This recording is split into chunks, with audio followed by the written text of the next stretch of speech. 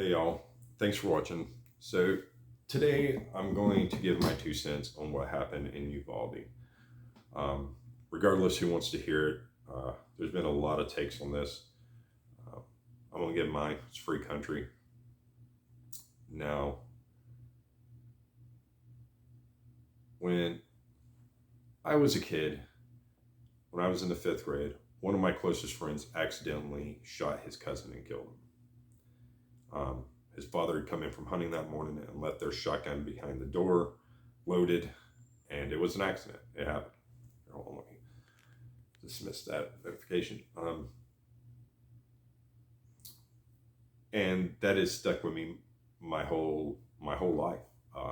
It's made me extremely cautious with firearms around my kids. So I've tried to explain to them, just like a hammer or a screwdriver or any other tool, a gun has a purpose. A hammer is for hammering nails or pulling nails out with a saw, whatever you want to say. Screwdrivers for driving screws. A gun is for killing. It's that simple. And at the end of the day, when you kill something, it's gone. That's it. Doesn't come back. There's no coming back from that. And there's no way of really explaining that finality to children, especially in this day and age where they can respawn instantly. And they're constantly in their phones or tablets or whatever. But I try to instill this in my kids so that they don't think that guns are cool, that they understand that they have a purpose. People who say that guns aren't for killing, that they're for defense. I have a gun for self-defense. I say, well, how do you plan on defending yourself? Probably by using lethal force against somebody that you believe causes you great bodily harm or is trying to kill you, right? So you would kill them via your firearm. For people who say, I want to go hunting, why can't I go hunting with my gun? Well, if you're with an adult who has a hunting license and you have a hunting license and you've been through all the training and the courses, then sure, go out legally with a bolt action rifle. I don't see why you need a semi-automatic rifle to go hunting. I mean, in most states they have regulations where you can't have more than 4 or 5 or 6 rounds, or even up to, I guess, some places 10 rounds, where you can't have more than that in your magazine, period, during hunting season. So it doesn't really matter that you're hunting. Also, when you're hunting with your rifle, did your rifle detect the deer for you? Did it sniff out a bear or a hog or something? No, you found it either through wits and skill or pure luck. And then you killed it with your firearm, right? Because it's meant for killing. And side note, I have a 20-year-old who goes hunting, and he goes bow hunting. So there's a solution for some of you. Now, that being said, I have a 14-year-old who last year came home from school, and he's pretty much the toughest kid I've ever known in my life. And it's probably because he's the run of the litter. But he came from home from school, and he was pretty stressed out that day. And it was because at his school, the vent hood above in the kitchen and the cafeteria had stopped working, and something had gotten burned in the oven, and smoke had come out, and it set off the smoke detectors. And the alarms went off in the school. And in that school, the alarms for a fire or a tornado or an active shooter are all the same. So they're taught to do the same thing, which is just shut the door, lock it, barricade it, get up, turn the lights off, get up against the wall where they can't see you through the doors and windows, and stay down. Well, this happened 3 times that day.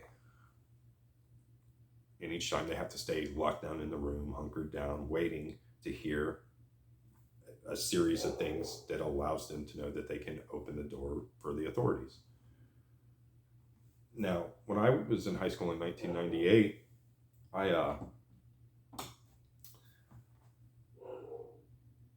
my school wasn't a prison. I mean, it was in the middle. It was actually the year before Columbine happened, and we had the assault rifle ban during that time, the '94 assault rifle ban. So I don't know if it's because people just heard that there was a ban that they weren't out getting them as much, or because they had law enforcement was buying up the majority of them, ramping up their war on crime and drugs or whatever. Uh, I don't know. I don't know what the actual cause was. When you look at the charts, you can deduce many different things from the data that they show you.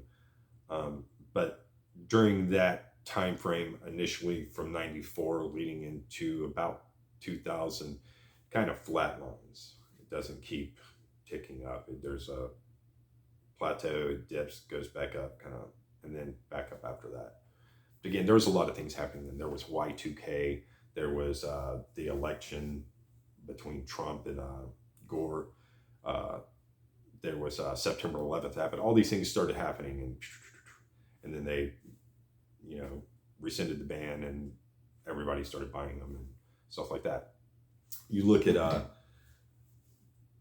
Congress and them being complete jackasses with, again, I don't understand why they have this need to bundle their legislation together and make it a non-starter from the beginning. But they need to stop it. They need to legislate solutions to specific issues. So what are some things that we could actually legit do that aren't infringing on the Second Amendment that we can do to make things safer for us as a society, not just for our kids in our schools, but us everyday people going about our lives, where it doesn't require adding more guns. Now, let's go. One at a time, individual approach. Problem: mass school shootings. Well, we need, I don't know, what do they all have in common? A lot of them are all male. Majority are all male. 99.9995% or some crap are all male under the age of 21.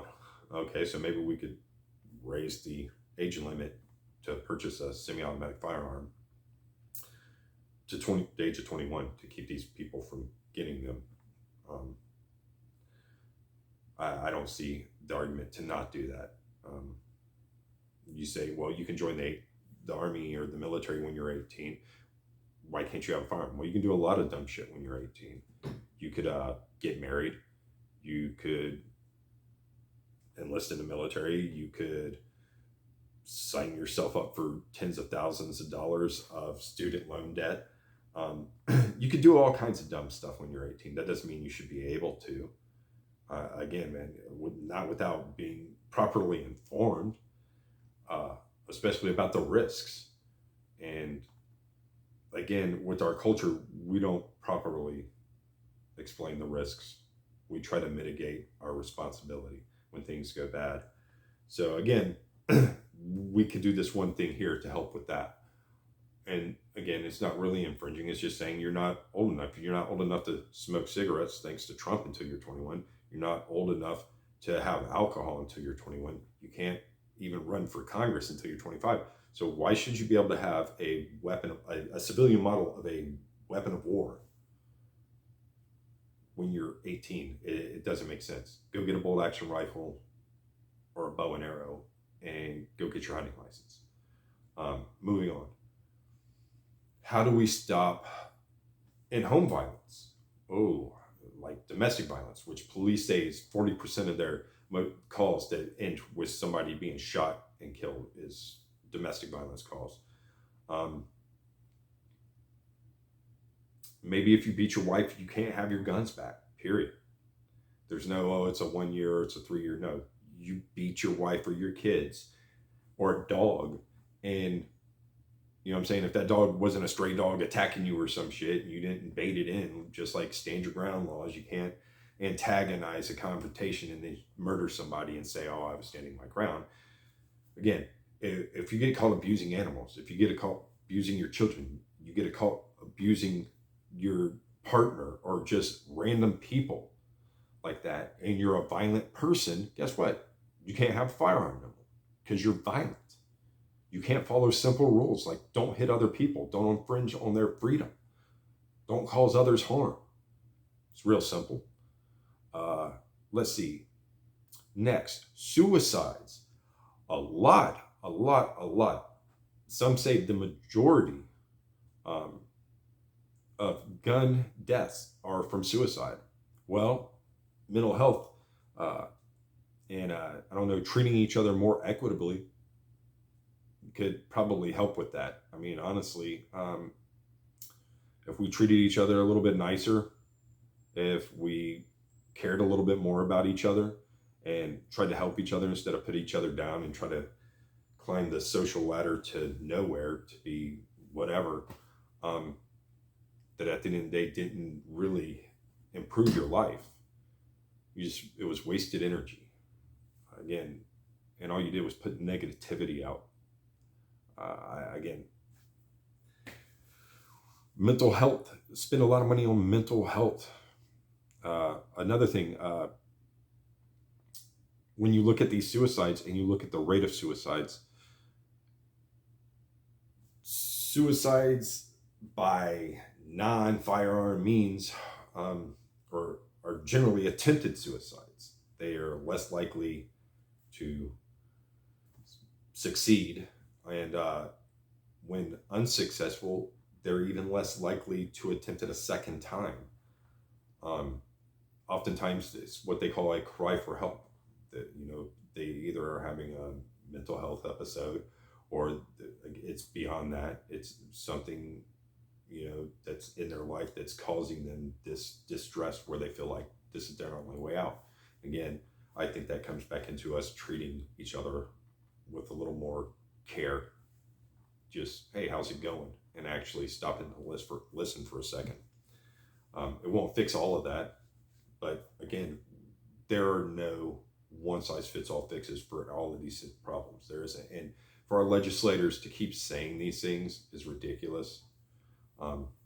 Back up a second, and you talk about domestic violence. Another problem with this is that there are loopholes, and while some states do have the domestic violence laws, they have these red flag laws that will intervene for domestic violence. They're often temporary, or they don't extend to someone who's not a live-in partner, or that the individual is married to. It's what they call the boyfriend loophole, where they can get out of not having their weapon taken because it's not a domestic issue because that person isn't living domestically in the same domicile. Blah blah blah blah blah.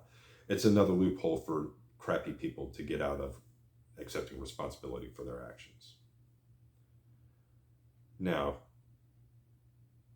again, I don't understand why we can't just do some simple things to help mitigate this. Again, our elected officials, you hear constantly when somebody makes a suggestion, someone like Ted Cruz will come out and say, well, that wouldn't have stopped this person was able to get it because they got into somebody else's guns. Well, you know what? Some people should be held responsible if their kids get into their guns and do bad shit. Again, just because you have a constitutional right to a firearm doesn't mean you don't have a responsibility to shepherd that right, to be a good shepherd of that right, and to not make society a worse place and hiding behind your right to bear arms. Again, people who are good gun owners, responsible gun owners, often get very pissed off because they feel like they've done nothing wrong. Well, you have to say, for sure, this is wrong, and you have to be willing to step up and speak up.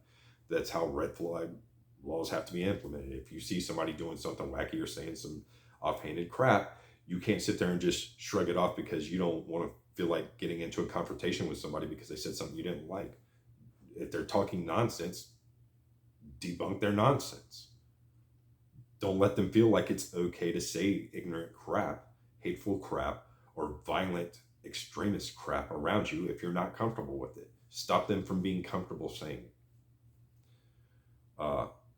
Again, we could do all these things, and our elected officials will keep making excuses because this wouldn't fix this wouldn't fix that. Well, I'm going to make an analogy and equate this to making a cake.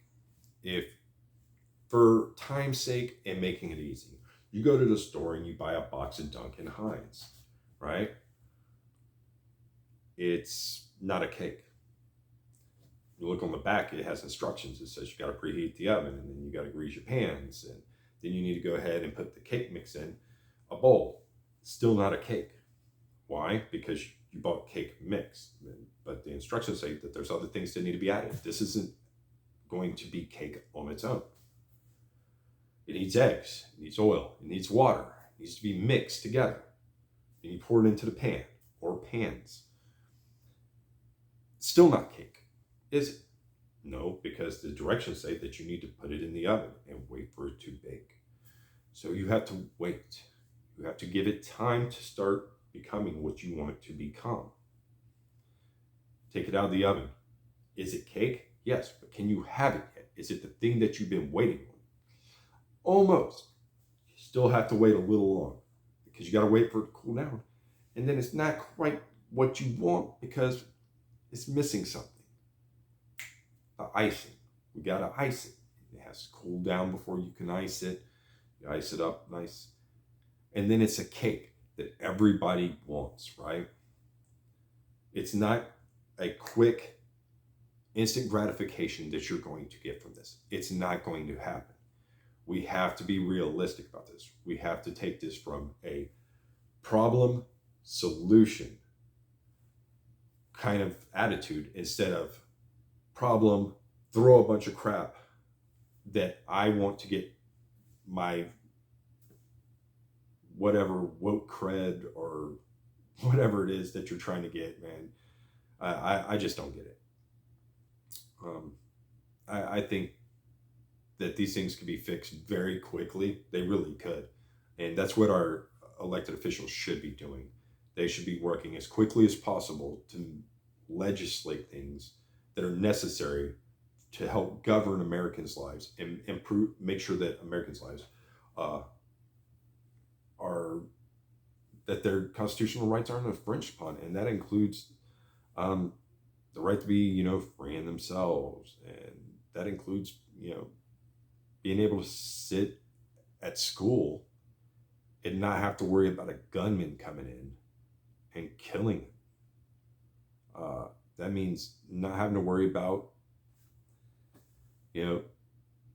someone you care about filing a restraining order against somebody because their significant other beat them up, and then their significant other goes out and buys a gun and then comes back and shoots them for fucking putting a restraining order against them.